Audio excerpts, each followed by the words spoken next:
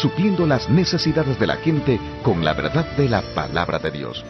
Muy buenos días para todos mis amados hermanos, qué gusto de nuevo verlos acá.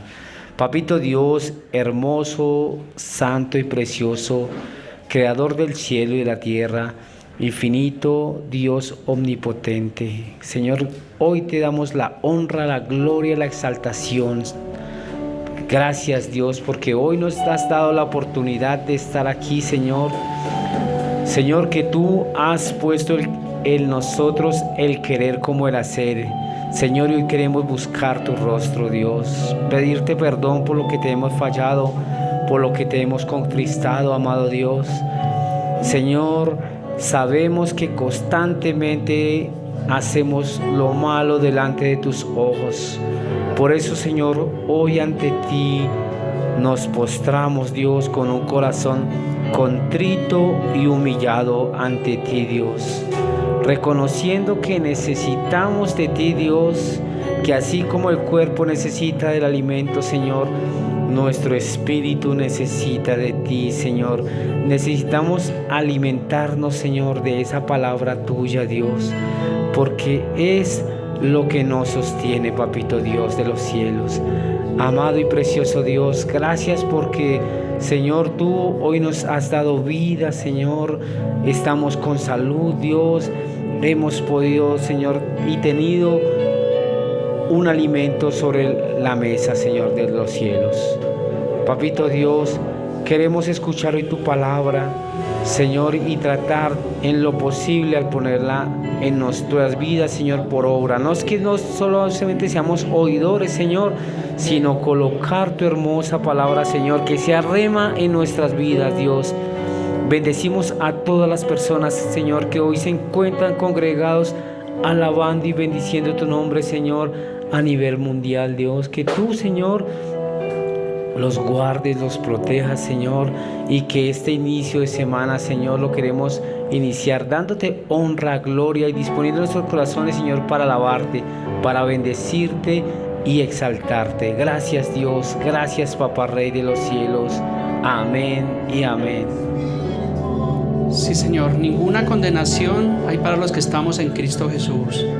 Padre amado Dios, en esta mañana, Señor, nos presentamos delante de ti, oh Dios. Te damos gracias por este nuevo día. Gracias por la vida, gracias por la salud, gracias por tu compasión, gracias por tu misericordia, Dios.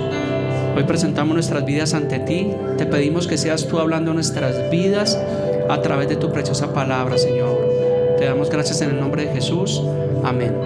Muy buenos días para todos. Bienvenidos. Por favor, tome su lugar.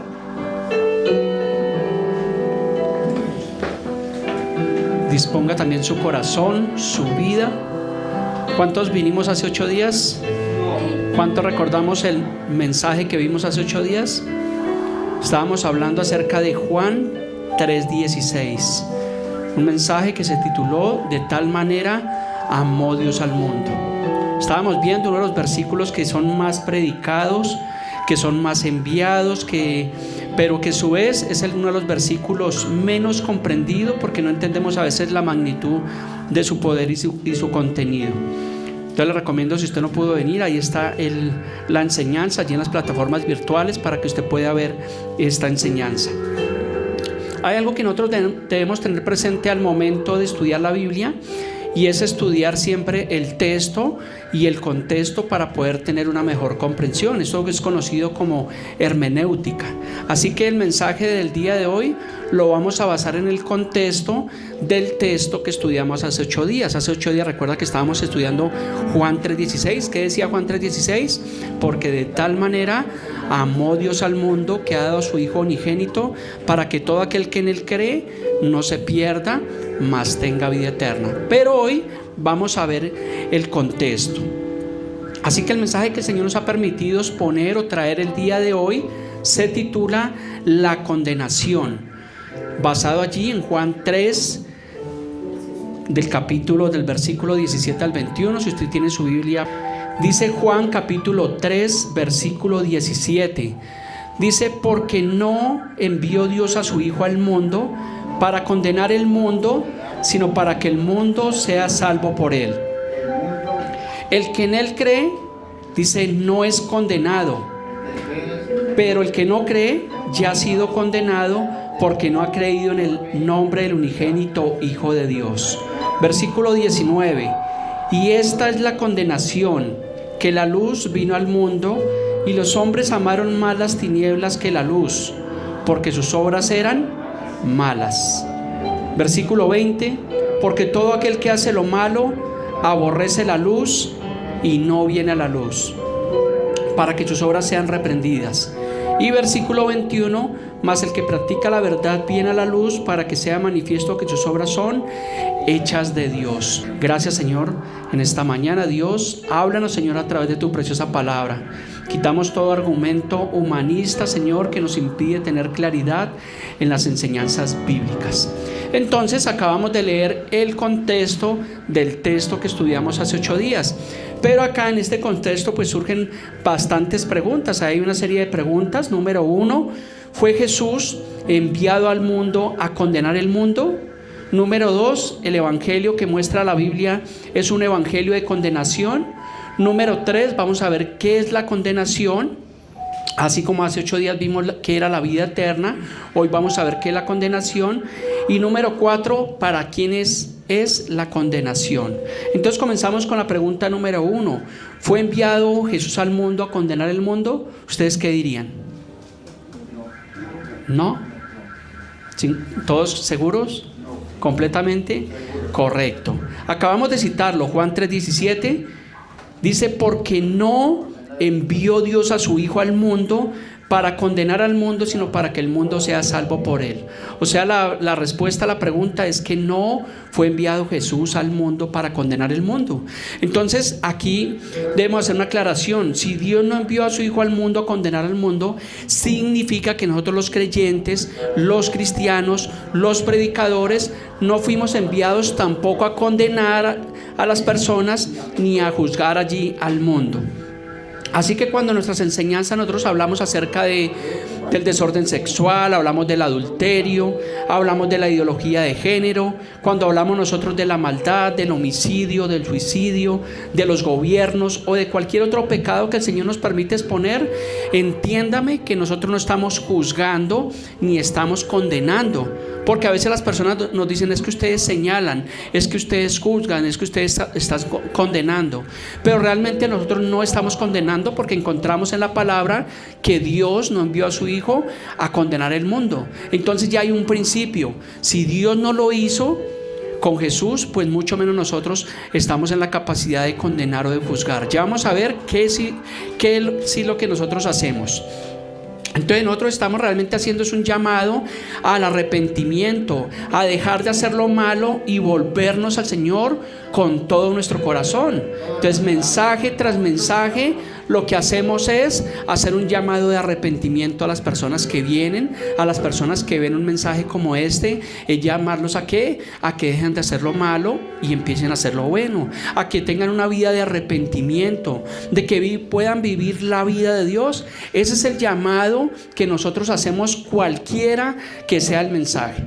Cualquier persona que esté predicando, sea el hermano Gilbert, sea el pastor José, sea este servidor, siempre la finalidad es exhortar a las personas, llamarlas al arrepentimiento para que conozcan realmente cuál es el buen propósito de Dios. O sea que nosotros no estamos condenando, pero sí estamos nosotros corrigiendo, estamos nosotros instruyendo, estamos nosotros haciendo una exhortación.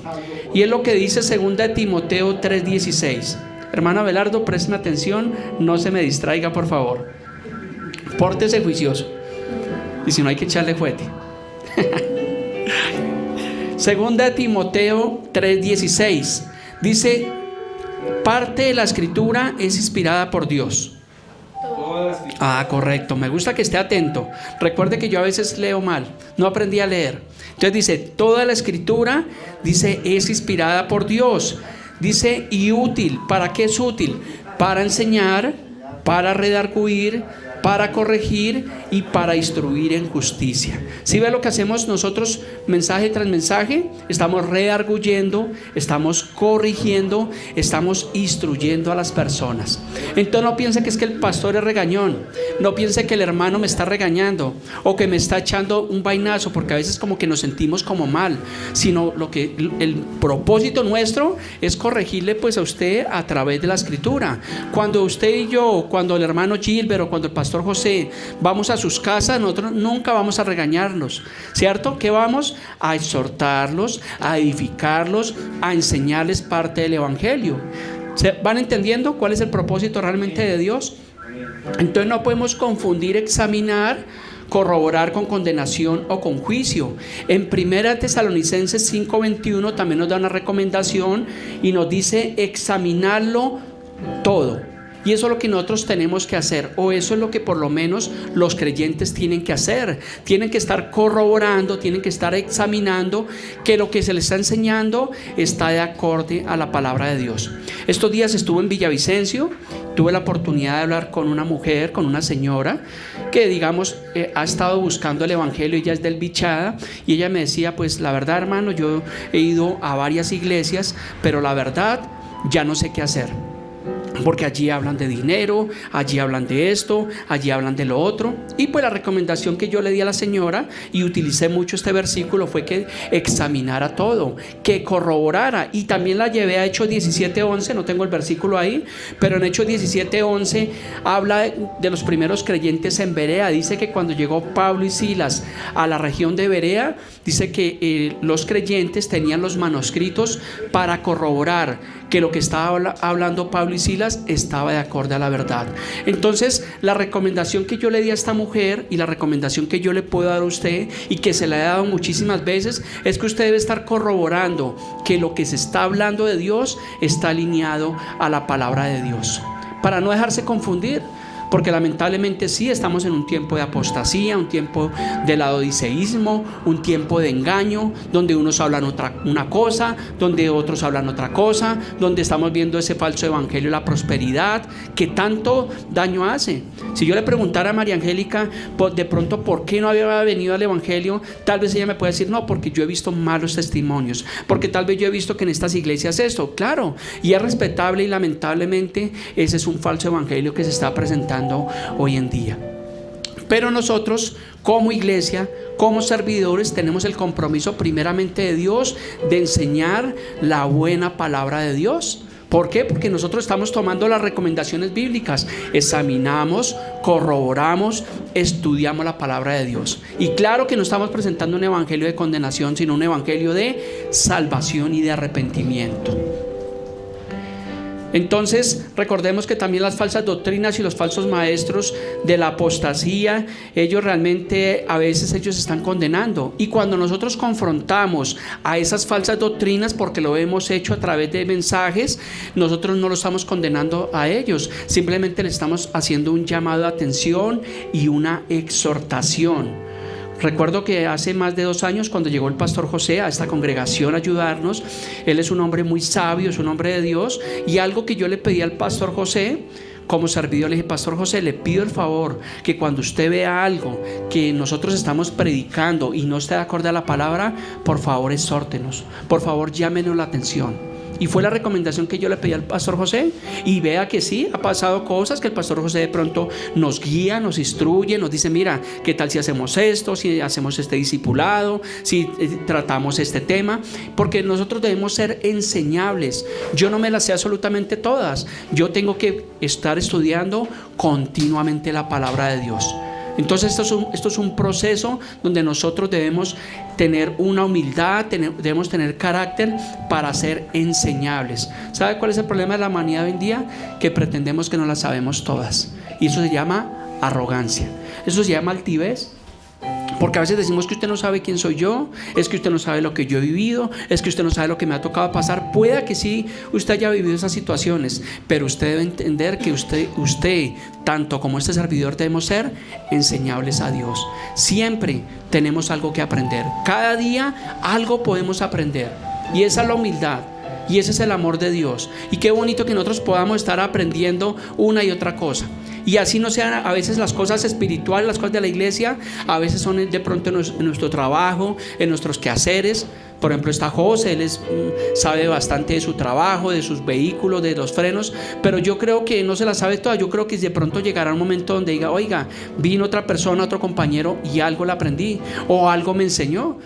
Y entonces qué bonito es cuando nosotros podemos aprender de las demás personas. Y yo creo que todos en la vida tenemos que aprender, tanto en lo personal como en lo laboral, en nuestra familia, siempre estamos aprendiendo. Y lo felicito, si usted es una persona que le gusta aprender y lo hace con amor, déjeme felicitarlo, porque eso es humildad. Y la Biblia dice que Dios a lo humilde le da gracia y favor, pero al soberbio, al altivo, ¿qué hace el Señor? Dice que lo ve de lejos.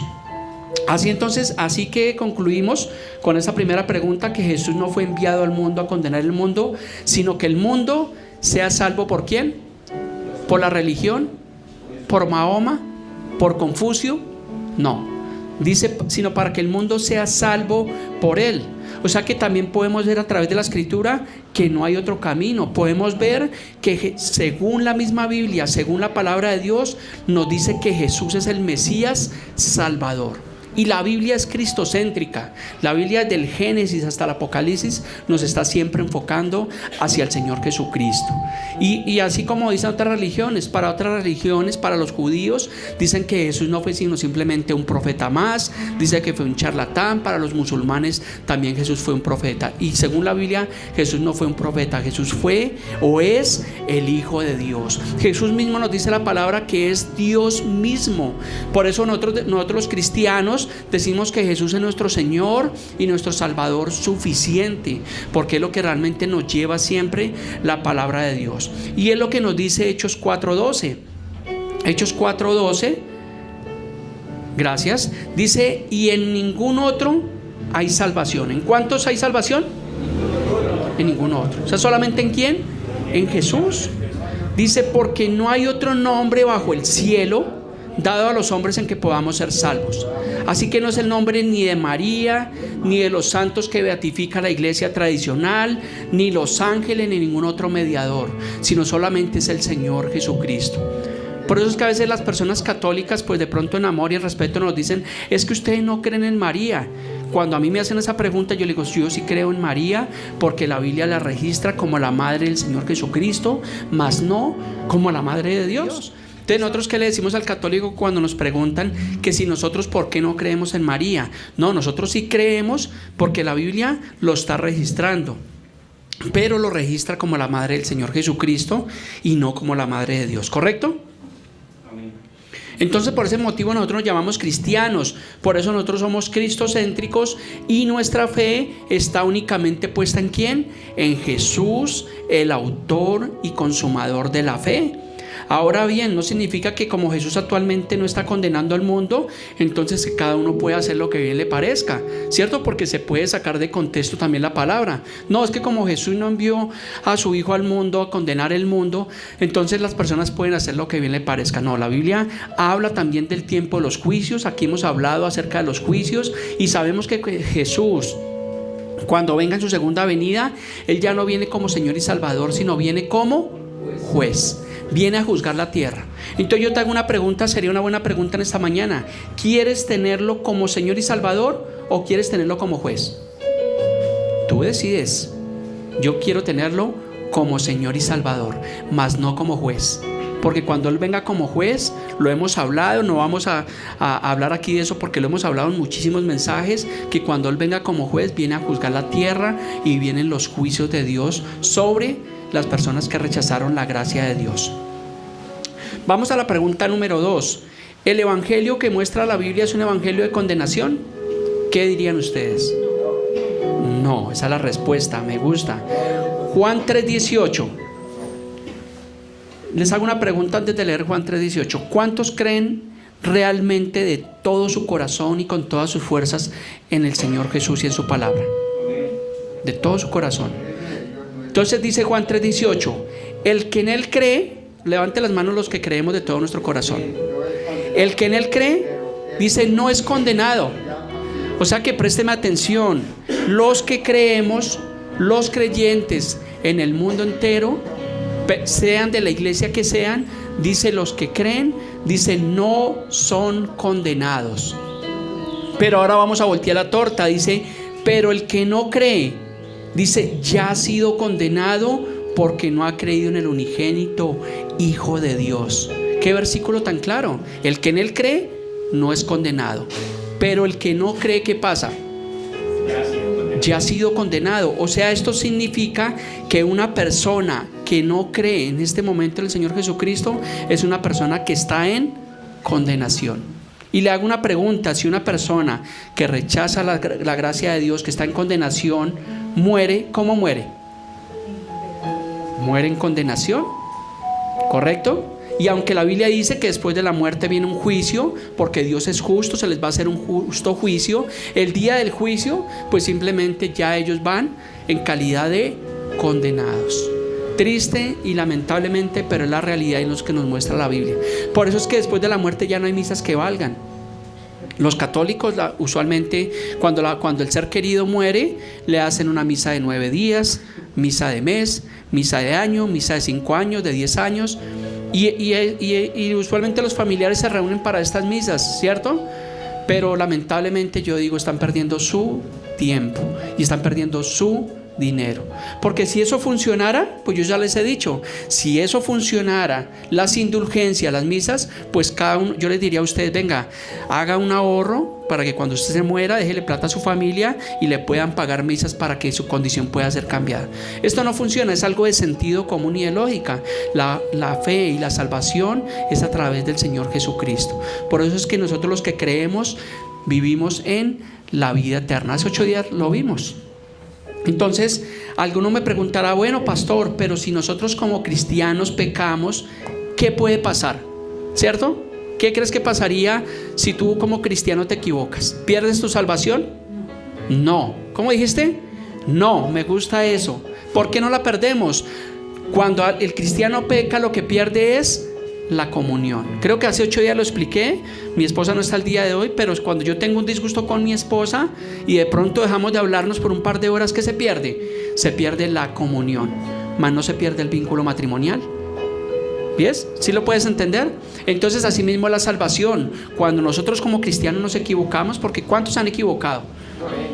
Yo como cristiano me he equivocado, he fallado, pero cuando yo me equivoco, digamos que en el momento estamos perdiendo la comunión con Dios, pero nosotros tenemos que volver a Dios, y eso es lo que dice Romanos 8:1. Romanos 8:1 dice, ahora pues, dice, ninguna condenación hay para los que están en Cristo Jesús. ¿Cuántos están en Cristo Jesús? Entonces dice, ninguna condenación hay para los que están en Cristo Jesús. Pero nos hace una salvedad. Dice, los que no andan conforme a la carne, sino conforme al Espíritu. Y hemos hablado en otros mensajes cuáles son las obras de la carne. Hace 8 días lo vimos, ¿cierto? Celos, iras, contiendas, borracheras, disensiones, orgías, homicidios, herejías. Dice, cosas de las cuales el Señor nos amonesta. Pero dice, sino los que andan conforme al Espíritu. Y hace 8 días también hablábamos del fruto del Espíritu, ¿cierto? Amor, paz, gozo, paciencia, benignidad, bondad, mansedumbre, templanza y fe. Usted debería aprendérselos. Y si no se los ha aprendido, ahí está en Gálatas 5. Usted puede ver las obras de la carne y el fruto del Espíritu. Entonces por eso Romanos 8:1 nos aclara, dice, ahora pues ninguna condenación hay para los que están en Cristo Jesús. Este versículo yo creo que todos los creyentes deberían tenerlo claro en su corazón. Porque ¿sabe qué pasa? Yo conozco muchos cristianos que eran buenos cristianos y tal vez cometieron un error, tal vez se equivocaron, y ¿sabe qué pasó? La iglesia los señaló. Y la iglesia tal vez los puso como llaman, en orden, y las personas no volvieron a la iglesia y las personas ya no quieren saber nada de Dios. ¿Por qué? Porque la iglesia lo que hizo fue señalarlos. Y la iglesia es un hospital. ¿A un hospital van los sanos o van los enfermos? Los enfermos. Por eso el Señor Jesús dijo, los sanos no tienen necesidad de médico. Así que la iglesia es catalogada como un hospital. Venimos las personas que tenemos esa necesidad espiritual para ser ¿qué? Restaurados por medio de la palabra de Dios. ¿Sí ve que ahora me va entendiendo que aquí no estamos para señalar absolutamente a nadie? Y le pido perdón si alguna vez de pronto usted se ha sentido señalado de pronto se ha sentido agredido. No, nunca ha sido la condición nuestra ni el propósito nuestro, sino el propósito nuestro es que a través de la palabra de Dios podamos nosotros exhortarle a usted. Lo hacemos en amor porque le amamos, porque obviamente en calidad de servidores, de ministros del Evangelio, le exhortamos. Lo hacemos ¿qué? En amor. ¿Me vas entendiendo? Gloria a Dios. Entonces, a diferencia del genuino creyente, dice, pero el que no cree ya ha sido condenado. Entonces tengamos presente que una persona que rechaza a Jesús y de su palabra es una persona que está andando en condenación. ¿Y qué pasa? Que ellos están ajenos de la vida de Dios. Por eso usted usualmente el día domingo, usted puede encontrar en la mañana cuando usted viene para la iglesia personas que están amanecidos, estaban tomando. Ellos están ajenos realmente de la vida de Dios, porque a ellos no les interesa las cosas de Dios, no les interesa la palabra de Dios. ¿Por qué? Porque ellos están ajenos de la vida de Dios. Lamentablemente están en condenación. Y así es cuando nosotros miramos a nuestros seres queridos, a nuestros familiares que rechazan la palabra de Dios, pues sepa usted que lamentablemente, y es doloroso, son personas que están en condenación. ¿Por qué? Porque se están rehusando al Evangelio del Señor Jesucristo. ¿Y por qué pasa esto? Alguno me dirá, pastor, ¿pero por qué pasa esto? Pues Efesios 4:18 nos dice, teniendo el entendimiento entenebrecido, ajenos de la vida de Dios por la ignorancia que en ellos hay, por la dureza de su corazón. Entonces, ¿qué significa? Que ellos tienen dureza de corazón. Por eso a veces las personas, si tú empiezas a venir a la iglesia, tu familia te puede decir, pero ¿tú qué haces en una iglesia? ¿Tú qué haces allá llevando la plata al pastor? Te van a lavar el cerebro. ¿Sí te lo han dicho? Claro. Pero yo le quiero decir algo. Mi cerebro sí fue lavado por la palabra del Señor, y yo fui lavado por la sangre del Cordero. Amén. Ellos no lo entienden, porque por eso dice el versículo que ellos tienen el entendimiento entenebrecido. Así ellos se crean que son inteligentes, que se las saben todas, pero dicen que tienen el entendimiento entenebrecido. ¿Qué significa entenebrecido? Que están en tinieblas y no pueden ver. ¿Tú has conducido alguna vez en carretera de noche y está de pronto opaco y no puedes ver? Así es. Entonces, ¿qué pasa? Se dificulta el poder transitar. Entonces, las personas que tienen el entendimiento entenebrecido, pues ellos no pueden discernir la palabra de Dios, porque de hecho dice en Corintios que para ellos la palabra de la cruz les parece locura. ¿Sí que la palabra de Dios no se equivoca? La palabra de Dios es viva, es eficaz y es real.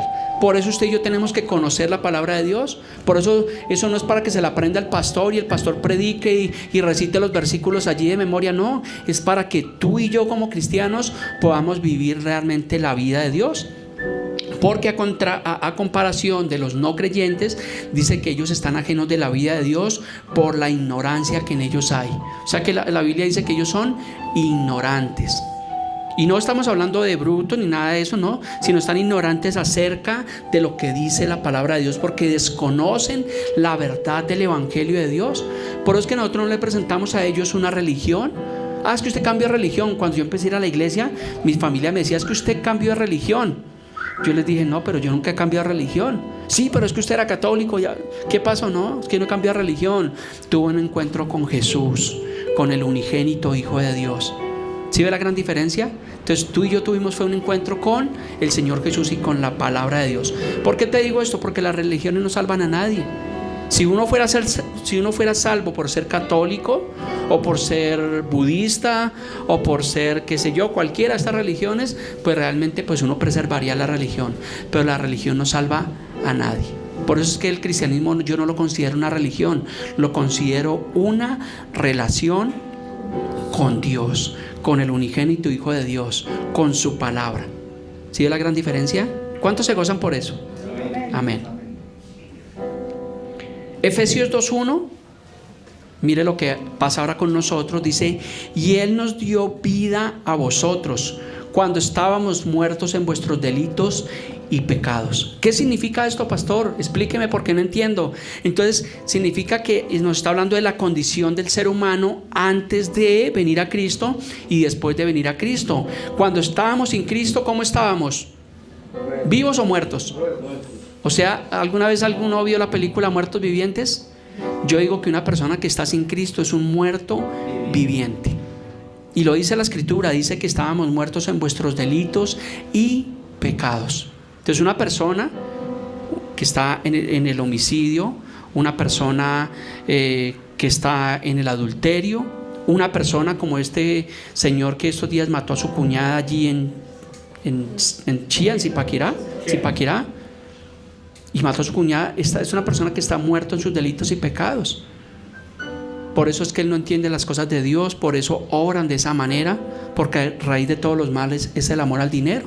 Entonces, si entiendes por qué el mundo está como está, porque la mayoría están muertos espiritualmente, no entienden la vida de Dios.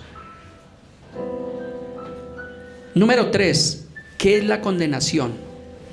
Entonces, antes de explicarle a usted qué es la condenación, hace 8 días estábamos hablando de la vida eterna. Lo contrario a la vida eterna sería la condenación eterna. Y hace 8 días yo les expliqué por Juan 17:3. Recuerda que lo vimos, decía, y esta es la vida eterna. Yo les pregunté a ustedes qué es la vida eterna y lo respondimos con este versículo. Dice que te conozcan ¿a quién? ¿A la religión? Dice a ti, el único Dios verdadero, y a Jesucristo a quien has enviado. Ahora yo te pregunto, ¿tú conoces a Jesús? ¿Lo conoces? ¿Lo has aceptado de todo tu corazón? ¿Vives para Él? ¿Te gozas el día de domingo en venir a la iglesia? ¿O vienes por compromiso? ¿Viniste por compromiso, hermano Abelardo? No. Por amor. No, tampoco lo sacamos. No diga eso, aquí no sacamos a nadie. Los amamos de todo nuestro corazón. Entonces dice, y esta es la vida eterna, que te conozcan a ti, el único Dios verdadero. O sea, que no hay otro Dios. El mundo tiene millones de dioses, y Dios mediante estamos próximos a entrar a un estudio acerca de las doctrinas, donde vamos a estudiar las diferentes doctrinas, religiones, dioses, pero dice que el único Dios verdadero es Jesucristo, a quien Él envió. Entonces ahora sí, lo contrario a la vida eterna es la condenación. ¿Y qué es la condenación? Se lo voy a explicar con un versículo bíblico. No lo que yo pienso ni lo que yo creo, sino lo que me dice la palabra de Dios. Ayúdame con el siguiente versículo, Juan 3:19. ¿Qué es la condenación? Y esta es la condenación, que la luz vino al mundo, y los hombres amaron más las tinieblas que la luz, porque sus obras eran malas. ¿Cuál es la condenación? Que la luz vino ¿a dónde? Al mundo. ¿Quién es la luz? ¿Mi esposa? Mi esposa es luz, pero ella no es la luz que habla la Biblia, ¿cierto? La luz es el Señor Jesucristo. Él es la luz del mundo. Usted debe saber que Él es la luz del mundo, que Él es el buen pastor, que Él es el camino, que Él es la verdad, que Él es la vida, que Él es el buen pastor. Tal vez este pastor se equivoque, pero la Biblia dice que Jesús es el buen pastor y Él es la luz del mundo. Pero ¿qué hicieron los hombres? ¿Que amaron qué? Amaron más las tinieblas que la luz. ¿Cuáles son las obras de las tinieblas? Lo acabamos de hablar. El homicidio, présteme atención, el homicidio es obra de la luz o de las tinieblas. El suicidio es obra de la luz o de las tinieblas. El robo son obras de la luz o de las tinieblas. ¿Y usted cómo lo sabe? ¿Quién se lo dijo? Sentido común, conciencia se llama eso. ¿Sí ves? Sofi, tú tienes conciencia, ¿sabes qué es bueno y qué es malo? Claro. Nuestros jóvenes saben qué es bueno y qué es malo. Pero nos está hablando que los hombres amaron más las tinieblas que la luz, porque sus obras eran malas. Un hombre sin Dios, sus obras son malas. Por eso dice la Biblia que apartado de Dios nada podemos hacer. Lo mejor que te puede pasar en la vida, María Angélica, y cada uno de ustedes, y este servidor, lo mejor que nos puede pasar, ¿sabe qué es? Reconciliarnos con Jesús. Vivir para Él, entregar nuestra vida a Él, poner tus hijos, mis hijos, en la presencia de Dios, instruirlos en el buen camino del Señor, que ellos un día crezcan y puedan tomar una decisión por Jesús. Eso es lo mejor que le puede pasar al ser humano. Lo mejor que le puede pasar al ser humano no es ganarse el baloto, ni que le dejen una herencia, ni tener dinero, ni tener fama. ¿Usted ha visto las personas que tienen fama, la vida que llevan? ¿Usted cree que ellos todo es color de rosas? No. Tienen dificultades, tienen depresión, ansiedad. A veces encontramos que personas famosas quieren morirse. Ahorita esta Shakira está pasando por una situación de depresión, por su matrimonio, por todo esto. Entonces yo digo, ¿el dinero es la felicidad? Bien bobita también. Bien bobita, dice José. Sigamos, Romanos 1:25. Entonces, los hombres amaron más las tinieblas que la luz. ¿Por qué? Dice, ya que cambiaron la verdad de Dios. ¿Por qué? Por la mentira. En esta mañana yo te estoy presentando la verdad de Dios. O cada domingo te presento la verdad de Dios. Pero tú decides, tú sales de este lugar y decides complacerte con la verdad de Dios o cambiarla. ¿Por qué? Por la mentira. ¿Sí ves? Por eso tenemos que tener cuidado. Cuando alguien te diga, ¿tú qué haces en esa iglesia? ¿Tú qué haces con los cristianos? No sea bobo, venga, tómese más bien un águila. No sé. Una póker, dice José. Entonces le están hablando mentira. De todo corazón, ¿tú crees que eso es bueno o es malo? ¿Tú crees que es bueno sentarte con tus hijos, con tu familia allí a tomar trago hasta que embrutecerse? ¿Es bueno? O sea, ¿qué bueno le puede ver uno a eso? Porque yo lo hacía en otro tiempo, pero no lo entendía. Pero digo, cuando veo tristemente padres de familia que hacen eso, yo digo, ¿qué le pueden estar sembrando a sus hijos? ¿Enseñarlos a que crezcan y tomen? ¿Enseñarlos a que crezcan y fumen cigarrillo? ¿Enseñarlos a que crezcan y sean adúlteros? ¿Enseñarlos a que crezcan y no sean bobos, sino sean ventajosos? Sentido común, conciencia. Pero la Biblia nos habla. Bueno, Dios, ¿no? Sigamos, Isaías 5:20. Ay, repite conmigo, ay. Ay de los que a lo malo dicen bueno y a lo bueno malo, que hacen de la luz tinieblas y de las tinieblas luz, que ponen lo amargo por lo dulce y lo dulce por lo amargo. ¿Cuántos conocemos personas de esas, sin juzgarlos, que dicen, oiga, usted es bien bobo, ¿no? Mire, coja ese celular, guárdelo, bueno o malo? Pero están llamando lo contrario. Cuando en tu trabajo te dicen, pero tú sí eres boba, ¿por qué llegas a tiempo? ¿Para qué haces las cosas bien? Mire, llegue tarde, cójase las cosas de la empresa. ¿Bueno o malo? Sí, debemos tener mucho cuidado. Por eso debes guardar tu oído, debes guardar tu corazón. Decían los abuelos o los padres, dime con quién andas. Ay, ay, ay. Tenga cuidado con quién se junta. Tenga cuidado con quién invita a la sala de su casa. Cuando yo invito, creo que muchos de ustedes han ido a mi casa, pero cuando los invito es a echar pelanga, le echo más agua a la sopa, pero nunca los invito. ¿Cómo dices que le echo poquita comida? Hace rato no invito. Ya echaron el vainazo, ¿sí ve? Toca invitarlos. Pero ¿qué pasa? Que cuando ustedes van a mi casa o yo voy a sus casas, no vamos a hablar mal del vecino, ni mal del administrador, ni mal del alcalde, ni el presidente. Vamos a compartir un alimento, a reír, a hablar del evangelio, a hablar de cómo está tu familia, de cómo están tus hijos, de cómo está tu trabajo. ¿Ves la gran diferencia? Practíquelo. Así que invite a este servidor a almorzar el día de hoy. Sigamos, Juan 3:20. Porque todo aquel que hace lo malo ama la luz. Muchas gracias, José. Me gusta, José. José está muy atento. Dice, porque todo aquel que hace lo malo aborrece la luz. ¿Y quién es la luz? Jesús. Entonces, cuando tú ves una persona que está haciendo cosas indebidas, es una persona que así diga que ama a Dios, pero ¿qué está haciendo? Porque yo les he dicho, si salimos y hacemos una encuesta, o si tú vas hoy a tu casa y le dices a tus seres queridos, a los que estén, tú le preguntas que si aman a Dios, ¿qué te van a decir? Claro, yo amo a Dios.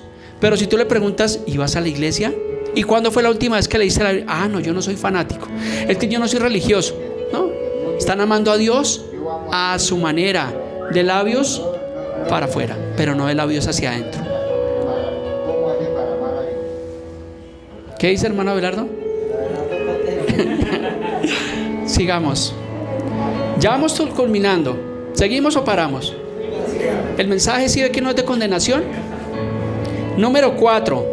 Entonces, ¿para quiénes es la condenación? ¿Cierto? Porque ya vimos obviamente que no son mensajes de condenación. Ya vimos que es la condenación. Pero la pregunta número 4, ¿para quiénes es la condenación? ¿Para qué piensa que es la condenación? ¿O quiénes se van a condenar? Gracias, José. Para los que no creen en Dios. Me gusta que estén atentos y que vayan entendiendo.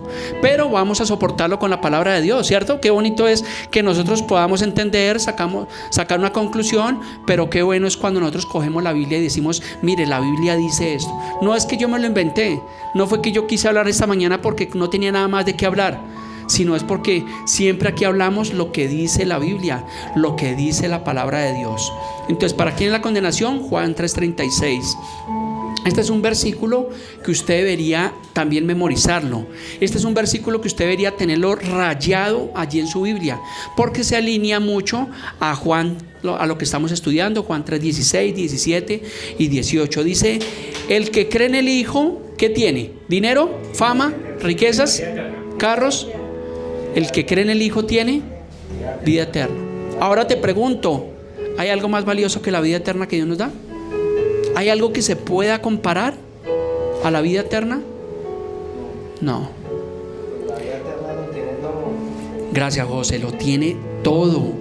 El que tiene al Hijo de Dios tiene vida eterna. Entonces dice, el que cree en el Hijo tiene vida eterna. Pero volteamos la cacerola, volteamos la torta. Pero el que rehúsa, el que rechaza a creer en el Hijo, dice, no verá la vida. Y está hablando de la vida eterna, está hablando de la vida de Dios. ¿Por qué? Porque se está rehusando.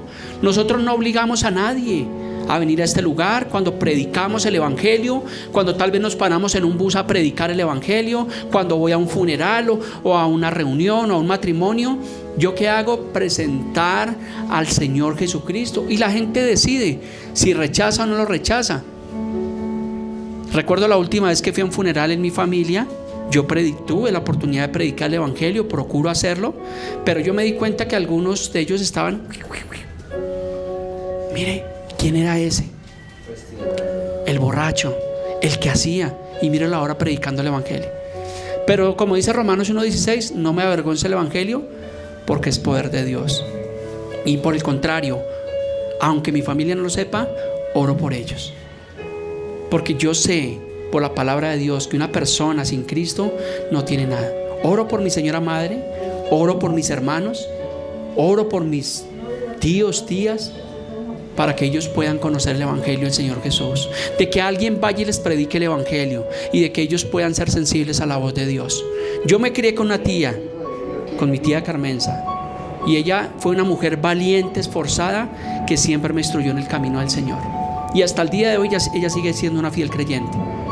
Y cuando voy donde ella me da mucha alegría, porque fue la persona que Dios utilizó en ese tiempo para predicarme el evangelio y instruirme en el camino del Señor.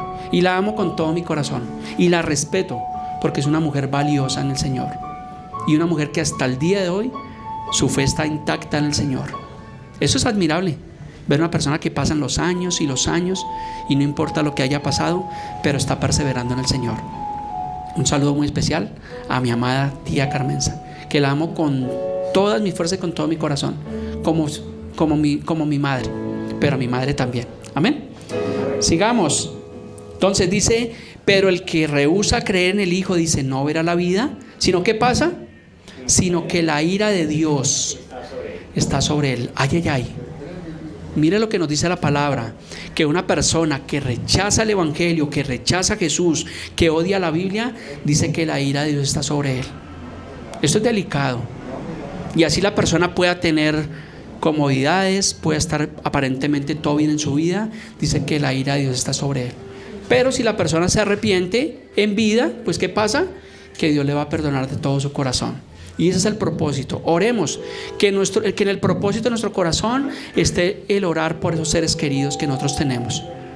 Porque nosotros sabemos por la Escritura que si uno de ellos llega a morir sin Cristo, lamentablemente está en condenación.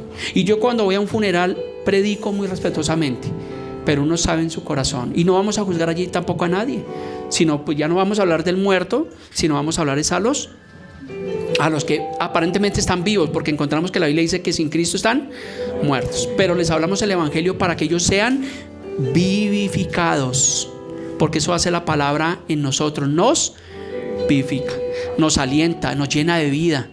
No es escuchar el mundo, la recesión.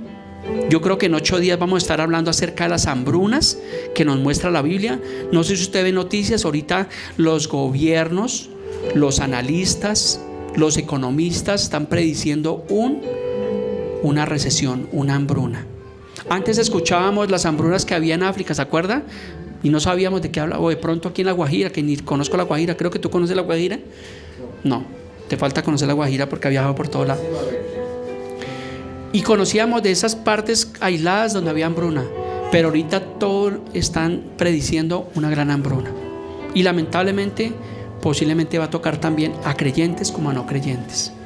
Pero recuerde que Mateo 4:4, que dijo Jesús: no solamente de pan vivirá el hombre, sino de toda palabra que sale de la boca de Dios. Que Dios tenga compasión con nosotros, que Dios tenga compasión con nuestros familiares, con nuestros seres queridos, porque es triste, es doloroso a veces ver a nuestros seres queridos de pronto que tienen una situación. Es doloroso ver que tienen una necesidad. Estos días hablé con uno de mis hermanos por teléfono. Hacía tiempo no hablábamos, lo llamé. De hecho llamé a mis 3 hermanos, por parte de mi mamá los llamé a todos, a cada uno. Era para pedirles un favor. Sí, si no, no llama. Pero de paso pues los saludé, le pregunté a cada uno de ellos cómo estaba su vida, cómo estaba su situación laboral. Y uno de ellos me expresó pues que realmente la situación pues ha sido un poco compleja. Y en el fondo de mi corazón como que me tocó, porque lo toca a uno. Si tú ves a tu hermano, a tu ser querido en una situación, pues tú obviamente porque ese es el amor de Dios. Amén. Terminamos con el último versículo. Fue un mensaje corto, pero creo que sustancioso. Es un mensaje para que no solamente oigamos, sino lo pongamos por obra. El último versículo del contexto es Juan 3:21. Dice: mas el que practica la verdad, ¿qué pasa? Dice: viene a la luz. ¿Cuántos practicamos la verdad? Amén. Entonces, ¿qué hacemos nosotros? Venimos a la luz. ¿Y la luz es buena o es mala? Buena. Cuando tú entras a un cuarto oscuro, ¿qué es lo primero que buscas? El switch para prender la luz. Cuando está de noche y vamos en el carro, lo que hacemos es prender los focos para poder ver mejor.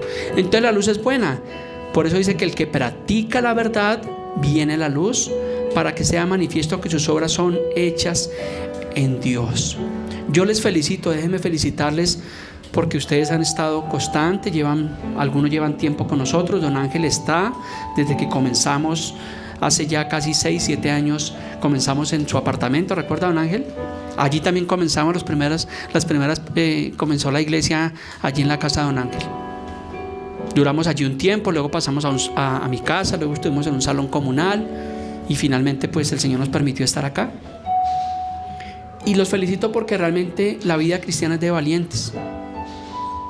Esto no es para cobardes, esto es de perseverancia, esto es de fe, esto es de paciencia, ¿cierto? Porque a veces tenemos situaciones y pues el pastor, quiera o no quiera, pues a veces se entera las situaciones de los hermanos. Pero ¿qué hacemos? Que los instruimos, que los amamos. En el tiempo de la pandemia estuvimos pendientes de algunos de ustedes, ¿cierto? Que si conseguíamos unos mercados, bueno, para el hermano tal, para el hermano tal, para el pastor José, porque eso hacíamos. Tratábamos de compartir nuestro pan con el que tenía necesidad. Eso significa el amor de Dios. Y ese es el fruto, porque la palabra dice que por su fruto los conoceréis. Si tú dices que eres cristiano, pues comparte tu pan con el que tiene necesidad. Cuando alguien tenga necesidad, pues comparte, si sea una libra de arroz, un frasco de aceite, porque dice la Biblia que mejor es dar que recibir. Y vuelvo y le digo, vamos a estar hablando en 8 días, Dios mediante, de las hambrunas que nos muestra la Biblia. La Biblia nos muestra en el libro del Génesis una de las hambrunas más grandes que ha habido sobre la tierra. En 8 días, Dios mediante, lo vamos a ver, y vamos a ver lamentablemente lo que posiblemente se puede aproximar sobre la tierra. Y sabemos que eso tiene que pasar. Recuerda que cuando estábamos estudiando el libro de Apocalipsis, veíamos en Apocalipsis capítulo 6, del versículo 12 en adelante, que veíamos un jinete del caballo negro que tenía una balanza en la mano. Recuerda que decía 2 libras de trigo por 1 denario y 6 libras de cebada por 1 denario. Eso significa hambrunas. Así que la Biblia no se equivoca. Uno quisiera que esto no viniera al mundo. Uno quisiera que esto no viniera a las personas, pero tiene que venir por la dureza del ser humano, por el grado de maldad y de pecado por el cual está atravesando el mundo. El mundo está en descomposición. Tenemos un mundo descompuesto. Por eso nosotros venimos a Cristo, para que nuestras familias pues no se vayan para donde va el mundo en descomposición, sino seamos compuestos por el Evangelio del Señor Jesucristo. Amén. Póngase sobre sus pies. Vamos a terminar en oración. Listo. Bueno, me dice Natalia, tenemos hoy también la cena del Señor. Entonces, si quieres, hermano Gilbert, ayúdame a distribuir la cena del Señor. Gracias, Natalia. La cena del Señor. ¿Para quién es la cena del Señor? Estábamos hablando de los creyentes, ¿cierto? ¿Para quién es la cena? Para nosotros los creyentes. Esto es algo que hacemos simbólicamente. Simplemente es un jugo de uva, simplemente es un trozo de pan, y lo hacemos nosotros conmemorando y creyendo que Jesús ciertísimamente murió por nosotros, que derramó su sangre allí en el Calvario. Entonces, cuando nosotros tomamos la cena, lo hacemos conforme dice la Escritura. Allí en 1 Corintios 11 habla de la institución de la cena del Señor, y lo hacemos usualmente nosotros como la iglesia lo estamos haciendo el primer domingo de cada mes. Hay iglesias que lo hacen cada 8 días, hay otras que lo hacen cada 2 meses, pero realmente lo hacemos con amor. Y usted puede tomar la cena, porque si usted está en este lugar y usted cree que Jesús es su Señor y su Salvador, podemos hacerlo en memoria de Él. Y dice la Escritura que un día vamos a estar en las bodas del Cordero, o sea que vamos a estar tomando la cena con el Señor Jesucristo. Dice en 1 Corintios 11:23, yo se lo voy a leer acá, no se preocupe, usted tenga la cena, el pan, el jugo de uva. Bueno, ya todos tienen la cena. Dice en 1 Corintios 11:23: porque yo recibí del Señor Jesús lo que también os he enseñado, que el Señor Jesús, la noche que fue entregado, tomó el pan y, habiendo dado gracias, lo partió y dijo: tomad y comed, esto es mi cuerpo que por vosotros es partido, haced esto en memoria de mí. O sea que en memoria del Señor Jesucristo comemos el pan.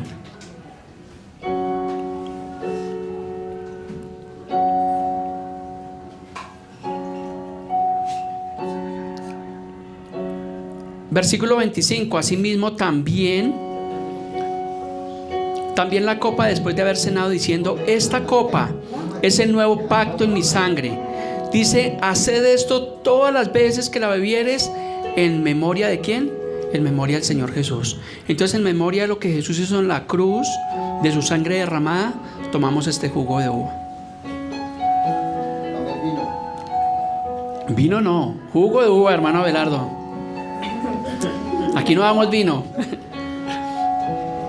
Padre precioso, Dios, en esta mañana, Señor, te damos gracias, Dios, por tu palabra.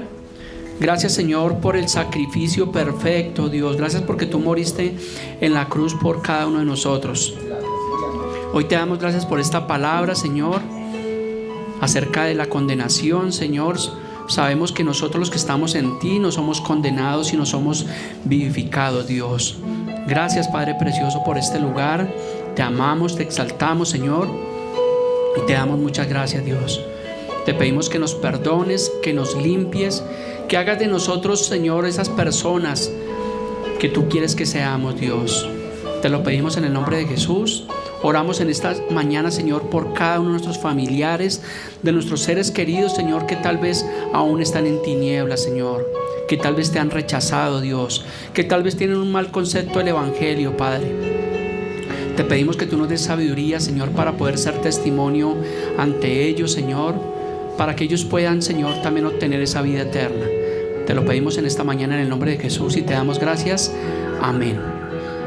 Padre precioso, tu palabra también dice en 2 Corintios 9:7, dice que cada uno dé como propuso en su corazón. Dice: no con tristeza ni por necesidad, porque tú amas al dador alegre.